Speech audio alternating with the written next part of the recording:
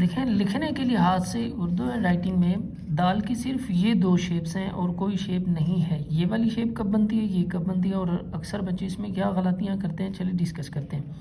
پہلی والی شیپ ہمیشہ علیحدہ صورت میں لکھی جائے گی. جب کبھی ہم دال کو علیحدہ لکھتے ہیں تو یہ والی شیپ بنے گی، دیکھیں گولائی اور چھوٹی سی ترچھی لائن. یہ شیپ دال کی ہمیشہ علیحدہ لکھی جائے گی.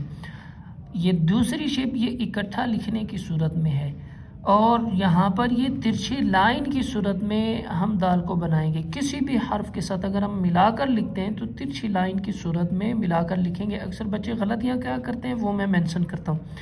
اکثر بچے جب لکھیں گے جیسے کہ بالفرض بے اور دال، یا تو یہ غلطی کرتے ہیں کہ یہ بالکل رے کی صورت میں لکھتے ہیں. یہ غلط ہے، ٹھیک ہے، ہینڈ رائٹنگ کے لحاظ سے، ٹھیک ہے. اسی طرح یا دوسری غلطی یہ کرتے ہیں، جیسے کہ میں دوسری مثال جیم کے ساتھ چلے میں لکھ لیتا ہوں، وہ یہاں پر بھی اس قسم کی وہ ریل اصلی دال بنانے کی کوشش کرتے ہیں. یہ صورت بھی غلط ہے. اب یہاں پر دیکھیں کون سی شیپ بنے گی، ترچھی لائن. دیکھیں بے کو ہم یہ پیمند گرایا اور اس کے بعد یہ ترچھی لائن. بے دال، تے اور دال آپ لکھتے ہیں، سے اور دال جو بھی حرف.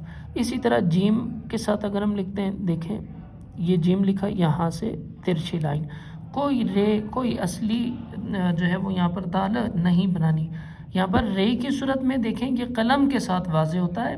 بعض یہاں پر اعتراض کریں گے کہ بھئی یہاں پر رے ہی کی صورت میں دال لکھی جاتی ہے. بالکل، لیکن وہ قلم کے ساتھ ہے، پین کے ساتھ نہیں. قلم کے ساتھ وہ نوک اس کی واضح ہوتی ہے، پین کے ساتھ واضح نہیں ہوتی. پین کے ساتھ زیادہ بہتر ہے کہ آپ اس طرح ترچھی لائن کی صورت میں لکھیں. اسی طرح اگر آپ سین اور دال لکھتے ہیں، ٹھیک ہے، تو یہ بھی اسی طرح لکھیں گے، ایکس وائی زیڈ. آخر تک جس کسی بھی حرف کے ساتھ آپ لکھیں یہ اور دال تک، ٹھیک ہے. آپ کسی بھی حرف کے ساتھ ملائیں گے دال کو تو یہ ترچھی لائن کی صورت بنے گی دال کی، ٹھیک ہے، یہ والی شیپ بنے گی. اور اگر علیحدہ کہیں پہ لکھیں گے تو یہ والی صورت